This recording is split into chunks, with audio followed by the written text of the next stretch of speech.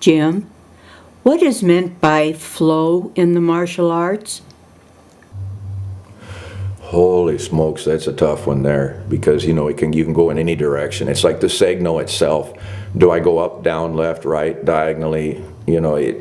Your flow encompasses so much, and flow arts are so different from the people who don't flow. Always are insulted. We flow too.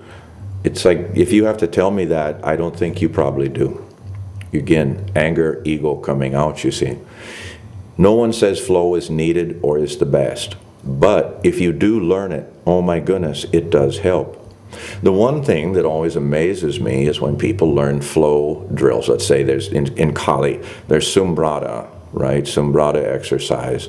And you go back and forth. Hubad Lubad would be a flowing type exercise. Okay, they go, I got it. And I go, you got what? I got it. Look, clickety clackety click, they do it.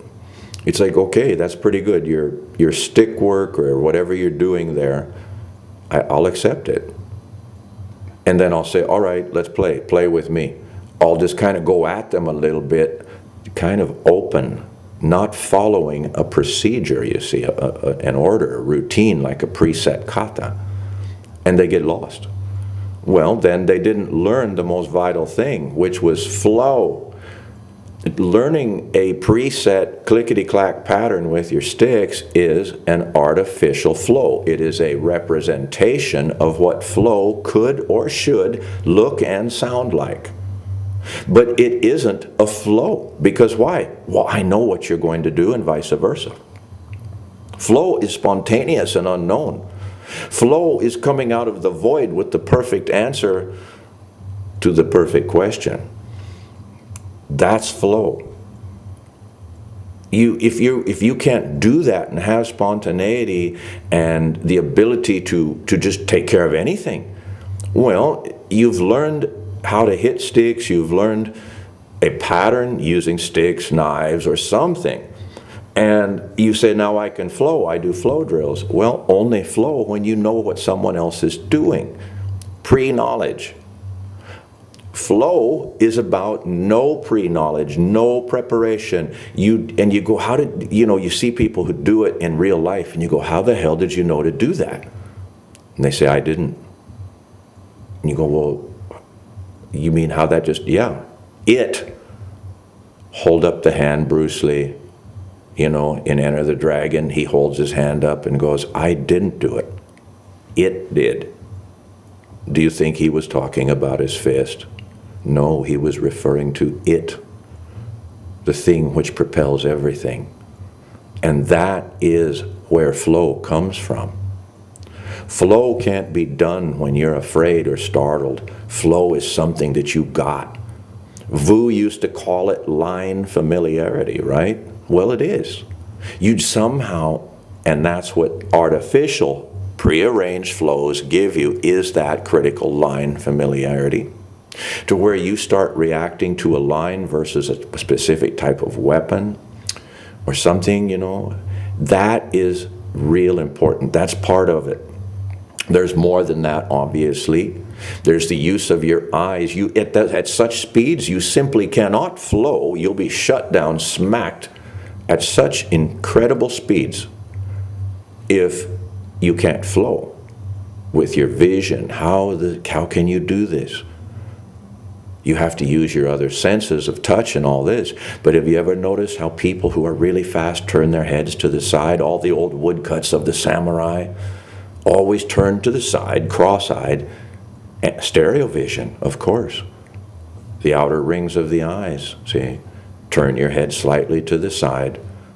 Now you can see the high-speed things that others cannot. And that is important too, because without that, how are you going to flow? So flow isn't just made up of, then I do this after he does that. Man, that's really taking something quite sophisticated and bringing it down to some real base levels. He does that, so I do this. Yeah, but I'm going to be doing about 500 this and that's. You ain't going to deal with that. Most of the time, I overload people on a sensory basis. Not with pain, not with anything, but it's just, whoa. What happened? Razzle dazzle is what happened. Sensory overload. And how? Why? Flow. Flow is the secret ingredient that you should be seeking, not goddamn flow drills. Flow drills are representations. Flow drills only help. When I'm in a simulator, a flight simulator, that's just to help me learn to deal with certain problems that I may encounter as a pilot. But I don't have any goddamn intention of being in a simulator the rest of my life. I intend to be in an airplane next week. A pilot. That's why I use a simulator, for safety, for training. But I'm not going to stay there my entire career in the airline industry, right? So you have to see and understand. Everybody talks flow drills, flow drills, flow drills. But the flow is the part you really want. Those drills will get you the representations, the ideas, the feelings and things that you need to then kind of respin through your own personal filters and spit back out into your world, whatever the heck you're doing, from Aikido to Goju-Ryu to karate to Eagle Claw Kung Fu. Spit that flow back out into that then and add that magical element. Flow is like salt. Many dishes are just dead, right? They taste like bland oatmeal.